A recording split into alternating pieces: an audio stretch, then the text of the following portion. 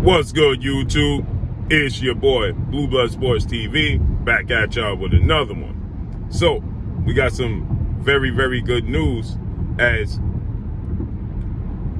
the highly anticipated Undisputed showdown between undefeated WBC lightweight world champion superstar boxer Devin "The Dream" Haney, who has 27 wins, no loss and no draw, 15 wins by way of knockout, 23 years of age, 5'8" with a 72-inch arm reach, taking on newly crowned undefeated unified lightweight world champion Australian star boxer George Kambosos Jr., who has 20 wins, no loss and no draw, 10 wins by way of knockout, 28 years of age, 5'9.5", with a 69, 70-inch arm reach. With that said, they fought a week apart.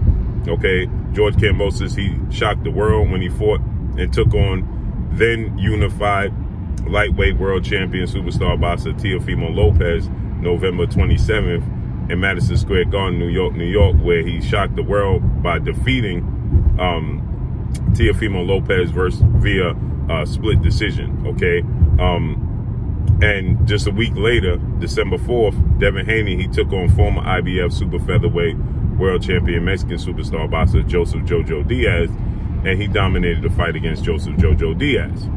It seemed like it should have been automatic that we saw George Kambosos Jr. versus Devin Haney next, as George Kambosos Jr. stated that he wasn't going to take the route that Teofimo Lopez was taking and avoiding Devin Haney and officially stamping himself and solidifying himself as the undisputed lightweight world champion and create history. Okay, and so with that said, he stated that that's the fight he wanted. Well, then games started to be played.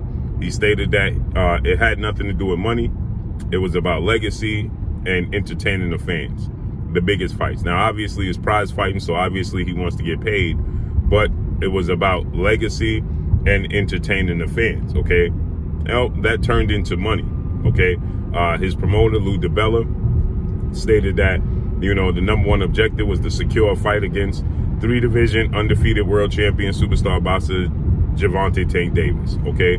And, you know, Gervonta Tank Davis and Floyd Mayweather, they have no interest in fighting George Kambosos Jr. So with that said, you know, they stated that their next objective was going to be to secure the winner of 2-time Olympic gold medalist, 3-division world champion superstar boxer Vasil High-Tech Lomachenko, former unified lightweight world champion, as he took on former IBF lightweight world champion Richard Coleman. He defeated Richard Coleman, then it looked like they was trying to secure that fight. So there was a lot of back and forth, a lot of pouring, a lot of seesawing, and it got to the point where George Kambosos Jr. started to tell Devin Haney to sell his jewelry to make the fight happen. Well, nonetheless, now Dazn has decided that the issue here is Eddie Hearn and Lou Dibella. Their relationship is what's getting in the way. And so Dazn has decided that they are now going to do direct business with Lou Dibella to make this fight happen, which is pretty ironic because they stated, that being George Kambosos Jr. and his side, that Dazn had no interest in putting up the necessary money to make this fight happen. We know George Kambosos Jr., he stated that he wanted the fight to take place in Australia. That was his only demand. Well, obviously that changed to his highest payday, Devin Haney selling his jewelry to make sure he could get his purse up, okay? And so with that said, they stated Dazn didn't have any interest in putting up big money for Devin Haney, you know, and they were willing to put up big money for undefeated rising Mexican superstar title contender King Ryan Garcia to come up and fight George Kambosos, but not Devin Haney, because essentially they were alluding to Devin Haney is not a big draw, okay? Well, Dazn has debunked that notion, because now Dazn is stepping in, mediating, and they're negotiating with George Kambosos and his team and Lou Dibella directly. So they have eliminated the middleman, which was, you know, obviously DHP, Devin Haney Promotions CEO and promoter, and Eddie Hearn, MATCHROOM CEO and promoter. You know, so Bill Haney, and Eddie Hearn, okay? So that way there can't be any misconceptions. There can't be misunderstandings. So Dazn is directly doing the business now with George Kambosos Jr. to eliminate Bill Haney saying something that Lou Dibella didn't like, and then the fight don't happen because he said something he didn't like, or Eddie Hearn saying something that Lou Dibella didn't like, and Lou Dibella not wanting to work with them, okay? Lou Dibella, he stated that they sent him a counter offer, and when they sent him a counter offer, he sent them an offer, according to Lou Dibella. He sent Devin Haney, DHP, and Eddie Hearn an offer, and they countered the offer. And when they countered the offer, it was a horrible offer, according to Lou Dibella, okay? It was egregious, okay? It was unacceptable, and as far as he was concerned, negotiations were off the table. He was done with it. He's walking away from it. He has no interest in it. And they're turning their sights. Devin Haney's off the table, and they're turning their sights to another fighter. Okay, so now you have Dazn stepping in, and they're saying clearly Dazn has the money, and clearly Dazn is willing to, to make this fight happen, because now they're playing the mediator. Okay, now they're directly. So according to Michael Benson, and according to the reports and my sources, that, Dazn is offering them, making them offers, and they're going back and forth and negotiating. So clearly, Lou Dibella, he stated that they could not come up with a number to satisfy Devin Haney. Devin Haney is the highest paid boxer from junior welterweight on down, only behind Gervonta Tank Davis, okay, who's considered a pay-per-view cash cow. So he is right behind, Gervonta Tank Davis. He makes upwards of $3 million a fight, okay? And so Lou Dibella stated that they couldn't come up with a number to satisfy Devin Haney. And so, he was essentially pricing himself out. But now if you look at it, they're stating that Dazn is going back and forth with offers, okay?